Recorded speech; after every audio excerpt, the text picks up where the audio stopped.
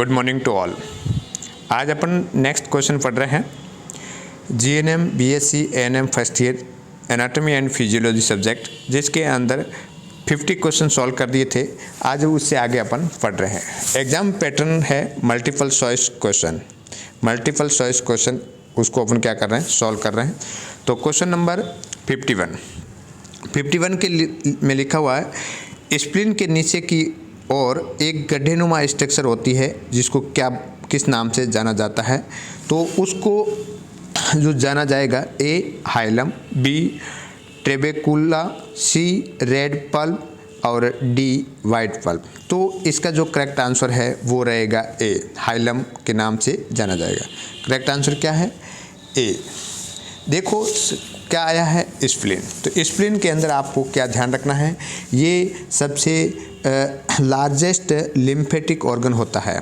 पहला क्वेश्चन रहेगा largest lymphatic organ रहेगा, जो मैंने आपको पहले ही बताया था कि स्प्लीन ए लिम्फेटिक ऑर्गन का सबसे लार्जेस्ट पार्ट है। और उसका शेप की बात करें तो ये बीन शेप का होता है। वजन की बात करें कि 150 से 200 ग्राम होता है।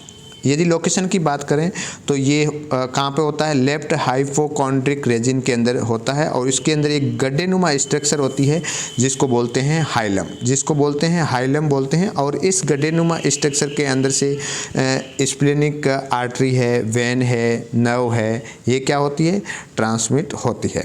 ठीक है, तो स्प्लीन के बारे में आपको इतना ध्यान रखना है। स्प्लीन में एक गड्ढानुमा स्ट्रक्चर है जिसको बोलते हैं हाइलम, और उसमें से कौन कौन सी आर्टरी है, वेन है और नर्व है जो क्या होती है, आती है और जाती है। ठीक है, नेक्स्ट बात करते हैं निम्न में से कौन सा भाग ग्रसनी का नहीं है। ठीक है ना, तो निम्न में से ग्रसनी किसको बोलते हैं, फेरिंग्स को। किसको बोलते हैं, फेरिंग्स को।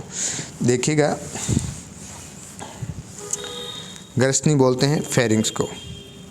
तो फेरिंग्स का कौन सा पार्ट नहीं है? आपने देखा होगा कि जो फेरिंग्स के बाद में जो स्टोमक से इसोफेगस से जो अटैच होता है वो वाला पार्ट, जिसके अंदर 3 पार्ट होते हैं। एक तो होता है नेजोफेरिंग्स, जो इसोफेगस से फेरिंग्स अटैच रहता है। पहला है नेजोफेरिंग्स, दूसरा है ओरोफेरिंग्स और तीसरा है लेरिंजियल फेरिंग्स। ठीक है, लेरिंजियल फेरिंग्स। तो इसोफेरिंग्स ये नहीं होता है। ठीक है, तो इसका ये करेक्ट आंसर रहेगा कि बी है, वो है रॉन्ग है, मतलब ये फेरिंग्स का पार्ट नहीं है। तीनों ही ये क्या है, फेरिंग्स के पार्ट होते हैं। ठीक है, नेक्स्ट है भोजन को निगलने की प्रक्रिया के दौरान निम्न में से कौन सा ऑर्गन स्वर यंत्र को बंद कर देता है। ठीक है ना, तो इसके अंदर जो लेरिंग्स है, स्वर यंत्र को क्या बोलते हैं, लेरिंग्स। तो लेरिंग्स को बंद करने वाला जो पार्ट होता है भोजन के टाइम में, तो वो होता है एपिग्लोटिस। क्या होता है, एपिग्लोटिस। तो इसका करेक्ट आंसर है ए। नेक्स्ट बात करते हैं मानव के शरीर में कुल कितनी इंटरकोस्टल पेशियां होती है।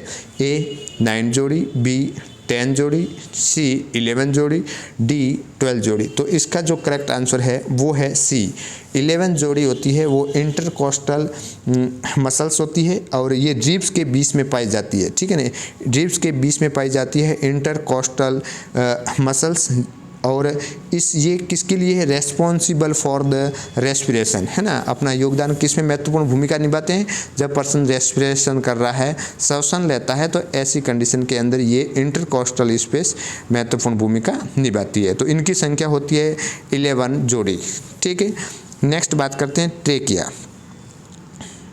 नेक्स्ट है क्वेश्चन नंबर 55, ट्रेकिया में पाए जाने वाले शल्य किस आकृति के होते हैं। देखिएगा ट्रेकिया, तो इसमें ट्रेकिया है एक, जिसको विंड पाइप के नाम से जाना जाता है। मान लीजिए ये ट्रेकिया है, इसके अंदर ये इस प्रकार के सी शेप के क्या पाए जाते हैं, शल्य पाए जाते हैं। ठीक है ना, सी शेप का शल्य पाए जाते हैं।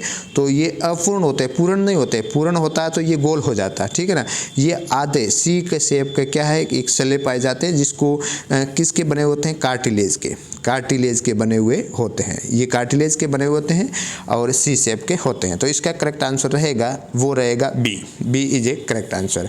अब थोड़ी सी बात कर देते हैं ट्रेकिया। ट्रेकिया को हमेशा ध्यान रखना है, ट्रेकिया को विंड पाइप के नाम से जाना जाता है, ऐसे याद रखना है। ट्रेकिया को किस नाम से जाना पाइप नाम जाना जाता है, wind pipe, WIND wind pipe. और इसके अंदर सी शेप के जो सल्ले पाए जाते हैं और रिंग्स पाई जाती हैं, जो नंबर कितनी होती है संख्या में 16 से 20, ये भी आपको ध्यान में रखना है, 16 से 20 की संख्या में पाए जाते हैं। तो ट्रेकिया के अंदर इंपॉर्टेंट क्वेश्चन क्या हो गए, एक तो सी टाइप के जो रिंग्स होती है और रिंग्स की संख्या कितनी होती है 16 से लेकर के 20 तक होती है। ठीक है, नेक्स्ट बात करते हैं। नेक्स्ट है निम्न में से न्यूरोहाइपोफाइसिस द्वारा हार्मोन सीक्रेट होता है। देखो ये है पिट्यूटरी ग्लैंड है, उसके जो पोस्टीरियर पिट्यूटरी ग्लैंड है उसके बारे में बात हो रहा है। निम्न में से कौन सा न्यूरोहाइपोफाइसिस, देखो वर्ड आया है, हमेशा ध्यान रखना है। पिट्यूटरी ग्लैंड को दो भागों में डिवाइड किया गया है, एक होता है एडिनोहाइपोफाइसिस और दूसरा होता है न्यूरोहाइपोफाइसिस। पिट्यूटरी ग्लैंड को दो भागों में डिवाइड किया गया है, जिसके अंदर एक है एडिनोहाइपोफाइसिस जिसको बोलते हैं एंटीरियर पिट्यूटरी ग्लैंड, और दूसरा होता है न्यूरोहाइपोफाइसिस जिसको बोलते हैं पोस्टीरियर पिट्यूटरी ग्लैंड। ठीक है, तो यहाँ पे किसका बात हो रहा है, पोस्टीरियर पिट्यूटरी ग्लैंड की बात हो रही है। तो इसके द्वारा कौन सा हार्मोन सीक्रेट होता है, तो उसके अंदर ACTS, B TSS, C vasopressin और D उपरोक्त सभी। तो उपरोक्त सभी नहीं होगा, इसमें वासोप्रेसिन है ना, वासोप्रेसिन किसका दूसरा नाम है, ADS का, एंटी डाययूरेटिक हार्मोन है, इसका दूसरा नाम है। तो इसलिए पोस्टीरियर पिट्यूटरी ग्लैंड के द्वारा C वासोप्रेसिन हार्मोन यानी ADS anti diuretic hormone secrete होता है। करेक्ट आंसर रहेगा C। नेक्स्ट बात करते हैं, क्वेश्चन नंबर 57 में लिखा है निम्न में से कौन सा हार्मोन एडिनोहाइपोफाइसिस द्वारा सिक्रेशन नहीं होता है। ठीक है ना, अब देखिएगा एडिनोहाइपोफाइसिस मैंने अभी बताया है कि ये एंटीरियर पिट्यूटरी ग्लैंड है, इस एंटीरियर पिट्यूटरी ग्लैंड के द्वारा कौन सा हार्मोन सीक्रेट नहीं होता है, ACTS, B TSS, C growth hormone, D Pitocin. तो इसका जो करेक्ट आंसर है पिटोसिन, और पिटोसिन किसका दूसरा नाम है, ऑक्सीटोसिन का। ठीक है ना, ऑक्सीटोसिन हार्मोन और ADS हार्मोन ये दोनों ही हार्मोन पोस्टीरियर पिट्यूटरी ग्लैंड द्वारा सीक्रेट होते हैं। तो यहाँ पे क्वेश्चन एडिनोसिस के बारे में पूछा है कि इसके द्वारा सीक्रेट नहीं होते हैं, इसके द्वारा पिटोसिन हार्मोन है वो सीक्रेट नहीं होता है। ठीक है, ये क्वेश्चन हो गया आपका 57। नेक्स्ट है 58 पीयूष ग्रंथि निम्न में से कौन सी किस बोन में स्थित होती है। पीयूष ग्रंथि जो ब्रेन के अंदर जो स्फिनोइड बोन होती है वहाँ पे जो सेला टर्सिका है ना, एक गड्ढानुमा जगह होती है वहाँ पे स्थित होती है। तो इसका करेक्ट आंसर रहेगा स्फिनोइड बोन। नेक्स्ट है निम्न में से कौन सा हार्मोन पीयूष ग्रंथि द्वारा सीक्रेट नहीं होता है, पीयूष ग्रंथि के द्वारा सीक्रेट नहीं होता है, A प्रोलैक्टिन हार्मोन,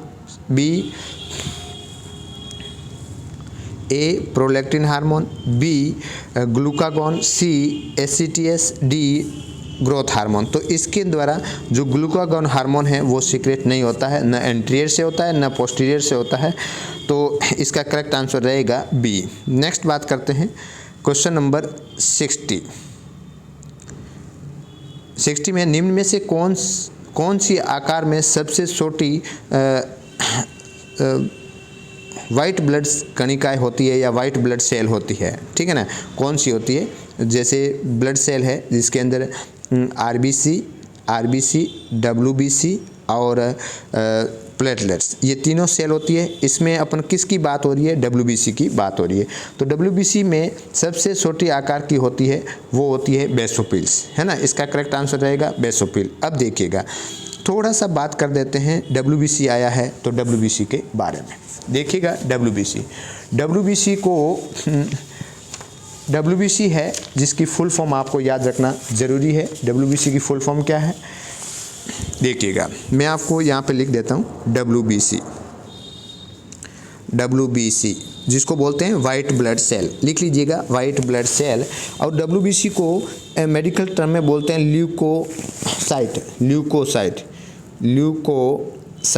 ल्यूकोसाइट। किस नाम से जानते हैं, ल्यूकोसाइट के नाम से भी जाना जाता है।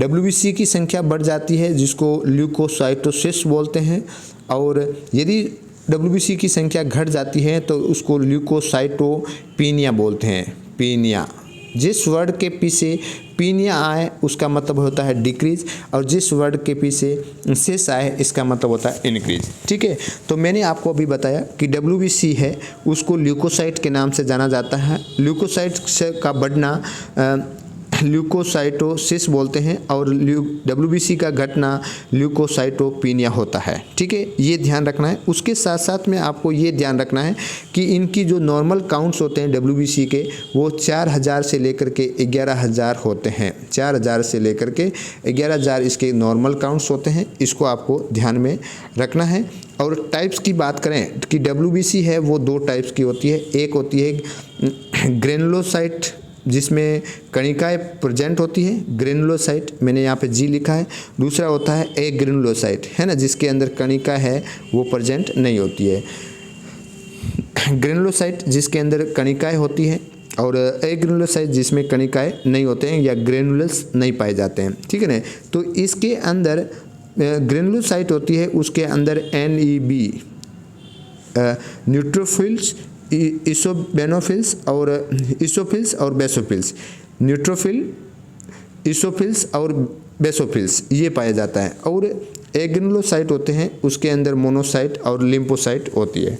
ठीक है ना, जिसके अंदर ये क्वेश्चन ये आया था कि WBC के अंदर सबसे छोटी जो सेल होती है वो आकार में सबसे छोटी होती है, वो कौन सी होती है? तो मैंने बोला आपको WBC, अरे सॉरी बेसोफिल्स, ये B है ना। तो इस प्रकार से आपको क्या रखना है, याद रखना है। देखो वापस मैं आपको रिवीजन करवाता हूँ कि WBC है वो 2 टाइप्स की होती है, एक तो ग्रेनुलोसाइट के आधार पे, एक होती है अग्रेनुलोसाइट के आधार पे। ग्रेनुलोसाइट के आधार पे नेब, NEB नेब मतलब न्यूरोफिल्स सॉरी न्यूट्रोफिल्स, इसोफिल्स और बेसोफिल्स होते हैं। ठीक है, दूसरा एग्रेनुलोसाइट के आधार पर मोनोसाइट और लिम्फोसाइट होती है, जिसके अंदर जो ग्रेनुलोसाइट है जिसके अंदर बेसोफिल्स होती है वो आकार में सबसे छोटी WBC होती है। ठीक है, नेक्स्ट बात करते हैं क्वेश्चन नंबर 61। निम्न में से कौन सी तंत्रिका चालक तंत्रिका नहीं है? देखिएगा इसके अंदर कौन सी चालक तंत्रिका नहीं है, इसका मतलब मैंने आपको एक नर्व है ना तंत्रिका, टाइप्स ऑफ तंत्रिका, उसके बारे में आपको मैंने पढ़ाया था, तो वहाँ से भी आप देख सकते हो। देखो यहाँ पे लिखा हुआ है नर्व, जिसके अंदर देखो कौन सी तंत्रिका की बात हो रही है? चालक तंत्रिका। चालक तंत्रिका का मतलब होता है मोटर नर्व। मोटर नर्व कौन सी नहीं है? जो मूवमेंट करने वाली है वो नहीं है। ठीक है, तो अब देखिएगा मैंने आपको बताया था कि तंत्रिका है जो नर्व है वो होती है, एक तो सेंसरी होती है, और एक होती है आपका सेंसरी, और दूसरा होता है मोटर, और तीसरा होता है मिक्स्ड। ठीक है, जिसके अंदर सेंसरी, मोटर और मिक्स्ड। ठीक है ना, सेंसरी, मोटर और मिक्स्ड। तो इसमें जो सेंसरी को संवेदी बोलते हैं, और मोटर को बोलते हैं आपको चालक तंत्रिका, और मिक्स्ड को बोलते हैं मिश्रित तंत्रिका। ठीक है, तो इसके अंदर मैंने आपको बताया था कि इसके अंदर जो सेंसरी होती है वो 1 नंबर, 2 नंबर और 8 नंबर होती है। ठीक है, दूसरा जो मिक्स्ड प्रकार की जो नर्व होगी वो होगी आपका 5, 7 और 9, 10। ठीक है, 9, 10 ये किस प्रकार की होती है? मिक्स टाइप की होगी, और ये होगी सेंसरी नर्व। ठीक है, इसके अलावा जितने भी होगी वो क्या है? मोटर नर्व है। ठीक है ना, वो सारी क्या है? मोटर नर्व है। तो इसमें लिखा हुआ है मोटर नर्व नहीं है। कौन सी नहीं है मोटर नर्व? वो देखिएगा, इसका जो करेक्ट आंसर रहेगा वो रहेगा A। ठीक है, नेक्स्ट बात करते हैं इसको। इस क्वेश्चन के लिए आपको हमेशा के लिए यदि आपको सारे क्लियर डाउट करने हैं तो आप अपने YouTube पे जा कर के वहाँ से नर्व वाला देख लेना, टाइप्स ऑफ तंत्रिका कितने प्रकार के हैं, तो नर्व्स के बारे में बताया गया है, पूरा बताया हुआ है, वहाँ से देख लीजिएगा, इम्पोर्टेंट है। नेक्स्ट है मेरुज्जु की बाहरी परत पर सतह पर कौन सा फ्लूइड पाया जाता है? ठीक है ना, स्पाइनल कॉर्ड है, उसके जो बाहर वाला साइड में होता है वो कौन सा फ्लूइड होता है? वो होता है वाइट फ्लूइड। ठीक है, A is a correct answer. Next है निम्न में से कौन सी शेरे की अस्थि गतिशील होती है? जो फेशियल बोन होती है, जिसके अंदर मैंडिबल बोन होती है, जो नीचे वाला जबड़ा का होती है, वो क्या होती है? मूवमेंट करने वाली होती है। ठीक, नेक्स्ट बात करते हैं, निम्न में से कौन सी फेस की बोन संख्या में एक होती है? जो एक होती है वो होती है वोमर। ठीक है ना, वोमर है वो एक है, दूसरी सारी क्या है? दो दो है। नेक्स्ट है, शरीर में सैक्रल कशेरुकाओं की संख्या होती है, सैक्रल वर्टिब्रा की संख्या होती है, वो होती है 5। ठीक है ना, वो कितनी होती है? 5। तो अब उसमें देखिएगा, मैंने आपको बताया था कि वर्टिब्रा, थोड़ी सी बात कर देते हैं। वर्टिब्रा कितनी होती है? 33 वर्टिब्रा होती है। और बोन की बात करें, वर्टिब्रा बोन की बात करें, वो होती है 26। ठीक है, जिसके अंदर सर्वाइकल वर्टिब्रा होती है वो 7 होती है, थोरेसिक वर्टिब्रा होती है वो 12 होती है, और लंबर वर्टिब्रा होती है वो आपकी 5 होगी है, और सैक्रल और कॉकिक्स, सैक्रल होगा 5 और कॉकिक्स होगा 4। ठीक है ना, तो इसमें क्वेश्चन में यही पूछा गया है कि शरीर में सैक्रल कशेरुकाओं की संख्या है, तो सैक्रल जो 5 है 5 होती है। ठीक है, तो इस सीक्वेंस से आपको याद करना है। ठीक है, तो ध्यान रखना है। देखो, एग्जाम के अंदर आपको वर्टिब्रा के बारे में पूछे तो 33 लिखना है, और वर्टिब्रा बोन पूछे तो आपको लिखना है 26, क्योंकि ये जो सैक्रल और कॉकिक्स है वो आगे जाकर के फ्यूज हो जाती है और एक एक बोन के अंदर कन्वर्ट हो जाती है। ठीक है ना, एक एक में क्या हो जाती है? बोन के अंदर कन्वर्ट हो जाती है। ठीक है, तो ये आपको थोड़ा ध्यान रखना है।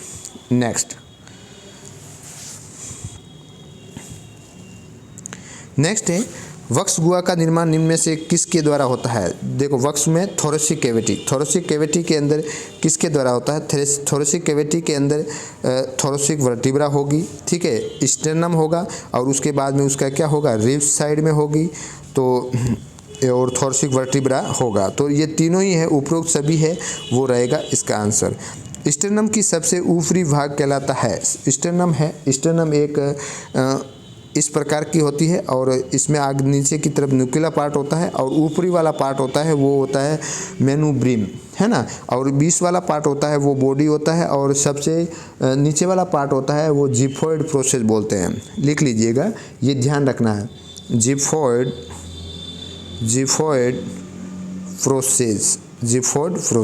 ठीक है, तो इतनी बातें आपको ध्यान रखना है। स्टेर्नम का सबसे ऊपरी भाग कहलाता है मेनुब्रिम, रिब्स, क्लेविकुलर, जिफॉइड प्रोसेस। ठीक है ना, तो ऊपर वाला पार्ट होता है उसको मेनुब्रिम बोलते हैं, और सेंटर वाला पार्ट बॉडी होता है, और ये सबसे लास्ट वाला पार्ट होता है, नीचे वाला पार्ट होता है जिफॉइड प्रोसेस होता है। ठीक है, तो ये आपको ध्यान रखना है। यदि ऊपर का पूछे नीचे का पूछे तो ये थोड़ा स्टेर्नम वाले पार्ट से बोन का उसको ध्यान में रखना है। नेक्स्ट है, फ्लोटिंग रिब्स की संख्या होती है,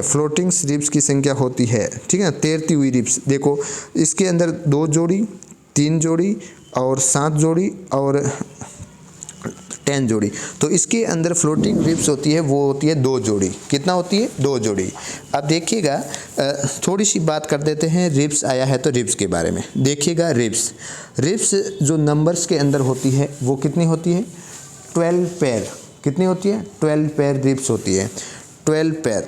एक तो ये ध्यान रखना है, 12 पेयर या 24, या होती है 24। ठीक है, इसके अंदर जो 1 से 7 नंबर की होती है वो ट्रू रिब्स होती है, दूसरा होती है 8, 9 और 10, ये होती है फॉल्स रिब्स होती है। और उसके बाद में 11 और 12 ये होती है जो फ्लोटिंग रिब होती है, तैरती हुई। फ्लोटिंग का मतलब क्या होना? तैरना। तो तैरती हुई रिब्स, मतलब कि ये क्या है कि इस जो रिब्स केज है, इसमें जो स्टर्नम है उससे जो अटैच रहती है, जिसमें 1 से 7 तक अटैच रहेगी। दूसरा है 8, 9, 10 ये अटैच नहीं रहती है, और इस जो 7 नंबर की रिब्स होती है वहाँ से अटैच रहती है, डायरेक्ट वो कनेक्ट नहीं रहती है अपने स्टेर्नम से। और जो 11 और 12 नंबर की है जो ये तैरती हुई रहती है, ये किससे भी अटैच नहीं रहती है। ठीक है, तो इसलिए रिब्स के बारे में आपको ध्यान रखना है। 12 पेयर होती है या 24 होती है। उसके बाद में 1 से 7 होती है वो ट्रू रिब्स वो कहेंगे। 8, 9, 10 है उसको फॉल्स रिब्स के नाम से जाना जाएगा, और 11 और 12 है उसको फ्लोटिंग रिब्स के नाम से जाना जाएगा। तो 11 और 12 ये कितना होता है? 2 होती है, और दोनों साइड में होती है, इसलिए उसको 2 जोड़ी के नाम से जाना जाता है। ठीक है। नेक्स्ट है ट्रेकिया में पाए जाने वाले चल्ले किसके बने होते हैं। मैंने आपको पहले ही बताया था कि 16 से 20 टाइप के सी शेप्ड रिंग्स होती है जिसको कार्टिलेज के बने हुए होते हैं, ठीक है। उसके बाद में उदर गुहा और वक्ष गुहा को पृथक करने वाली स्ट्रक्चर होती है। देखो यहाँ पे लिखा हुआ है कि पहले है थोरेसिक कैविटी, उसके बाद में नीचे होता है डायफ्राम और उसके बाद में नीचे होता है एब्डोमिनल कैविटी, ठीक है ना। तो ये डायफ्राम वाला पार्ट है, ये क्या कर देती है, थोरेसिक और एब्डोमिनल कैविटी को क्या कर देता है, बीच में अलग करने का काम करती है। तो इसका करेक्ट आंसर रहेगा ए। नेक्स्ट है निम्न में से कौन सा फ्लूइड विसरल एवं फेराइटल प्लूरा के मध्य भरा हुआ रहता है जिसको बोलते हैं सीरस फ्लूइड। क्या बोलते हैं, सीरस फ्लूइड बोलते हैं, ठीक है। नेक्स्ट बात करते हैं एडीएस का सिक्रेशन पीयूष ग्रंथि के किस भाग से होता है। तो मैंने आपको एडीएस बोला है तो पोस्टीरियर पिट्यूटरी ग्लैंड से होता है जिसको क्या बोलते हैं, न्यूरोहाइपोफाइसिस, जिसको बोलते हैं न्यूरोहाइपोफाइसिस, ठीक है ना। ये तो आपको कई बार बता दिया है। नेक्स्ट है ग्लूकोकॉर्टिकॉइड हार्मोन एड्रिनल ग्रंथि के किस भाग द्वारा सीक्रेट होता है। देखिएगा यहाँ पे आपका ग्लूकोकॉर्टिकॉइड हार्मोन एड्रिनल ग्रंथि के किस भाग से होता है। सबसे पहले बात करता हूँ तो इसका जो करेक्ट आंसर रहेगा, इसका ग्लूकोकॉर्टिकॉइड है तो इसका जो करेक्ट आंसर है वो आपका है, करेक्ट आंसर है वो जोना फेसिक्यूलेटा, जोना फेसिक्यूलेटा, इसके द्वारा कौन सा हार्मोन सीक्रेट होता है, ग्लूकोकॉर्टिकॉइड हार्मोन, ठीक है। अब देखिएगा यहाँ पे जो एड्रिनल ग्रंथि है, एड्रिनल ग्रंथि के अंदर भी एड्रिनल कॉर्टेक्स और एड्रिनल मेडुला, ठीक है ना। एड्रिनल कॉर्टेक्स जो कवरिंग वाला पार्ट होता है वो बाहर वाला पार्ट होता है, इसके अंदर जो ये आउटर लेयर होती है और इसके अंदर 3 सेल पाई जाती है, 3 सेल पाई जाती है, जिसके अंदर कौन कौन सी सेल होती है देखिएगा, एक बार थोड़ा सा देख लीजिएगा। जो कॉर्टेक्स वाला पार्ट है, एड्रिनल कॉर्टेक्स है, उसके अंदर 3 जो सेल पाई जाती है। एक तो होता है जोना ग्लोमेरुलोसा, जोना ग्लोमेरुलोसा, दूसरा होता है जोना फेसिक्यूलेट, और उसके बाद में होता है जोना रेक्टिकुलेरिज, ठीक है ना, ये होता है। तो अब देखिएगा ग्लूकोकॉर्टिकॉइड हार्मोन होता है वो होता है आपका जो सीक्रेट होता है वो जोना फेसिक्यूलेट से होगा।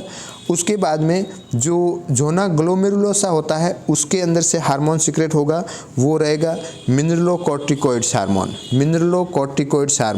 और जो रेटिकुलेरिज है रेक्टिकुलेरिज जो हार्मोन है वो किससे सीक्रेट होता है, सेक्स हार्मोन, ठीक है। तो मेरे कहने का मतलब ये हुआ कि इसके अंदर क्या लिखा हुआ है कि ग्लूकोकॉर्टिकॉइड है वो एड्रिनल ग्रंथि के किस भाग से सीक्रेट होता है या कौन सी सेल से सीक्रेट होगा, तो वो होगा ए से, ठीक है। नेक्स्ट बात करते हैं